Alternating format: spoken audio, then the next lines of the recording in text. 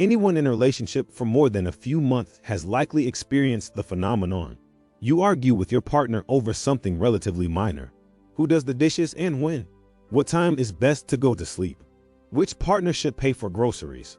Maybe the argument is more in-depth, but still, not earth-shattering. How much time one partner should spend with the other's family or friends? Say, whose job is more stressful? Perhaps you thought the argument was settled, only to endure it again weeks or months later. Several weeks or months pass, and there it is once more. Repeat arguments can become significant issues for couples. They can increase relationship stress and deplete a relationship's mutually shared satisfaction, trust, and safety, which partners need to remain committed and close to each other. What should you do if the arguments you have with your partner feel like broken records?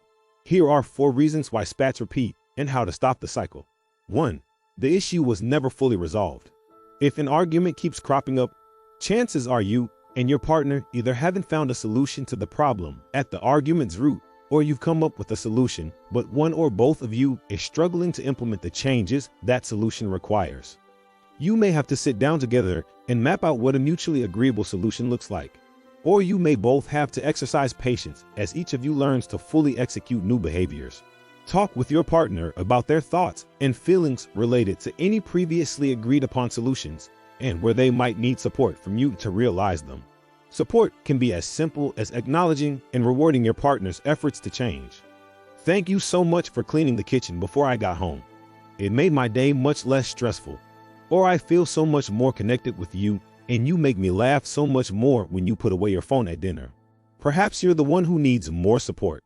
If so, ask for it and explain to your partner how such support will help you make necessary changes that prevent the argued over problem from occurring. If the repeated argument is about one partner's substance abuse, workaholism, secrecy, or other destructive behavior, consider reaching out to a mental health professional for added support, or joining a support group or self-empowerment program like 12-step and SMART recovery meetings. 2. The argument reflects a deeper issue. Sometimes an argument's repetition reflects a tension or concern shared by one or both partners that runs deeper than the surface level issue at hand. It's not just that partner A never does the laundry, say. It's that partner B feels they can't trust partner A to adequately support them. This deeper issue may need to be addressed before any progress in resolving recurring arguments is made. To assess whether there's a deeper issue at play, ask yourself what feelings, fears, and worries an argument is bringing up, what you imagine the worst outcome is, and whether you've ever felt this way before. Then ask the same of your partner. This can help both of you develop insight into whether recurring disagreements reflect something beneath the disagreement's face value or not. The feelings and concerns recurring arguments solicit can be real, but not always true. That is to say, they are valid and make sense in the context of our personal histories, but they may be our storytelling brain's way of protecting us from the worst possible outcomes that aren't necessarily happening in our present. By communicating honestly with our partners or with a therapist, we can fact-check our assumptions and consider what evidence supports or challenges our interpretations of argument-eliciting events.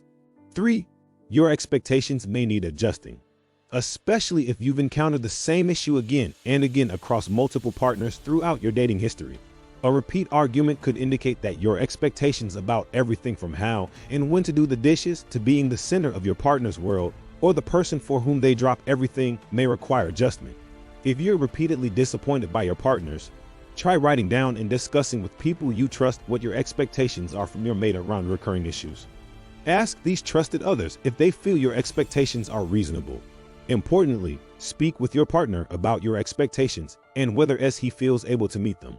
We all come to relationships with expectations, created by the values and norms our families, cultures, and religious beliefs instilled in us.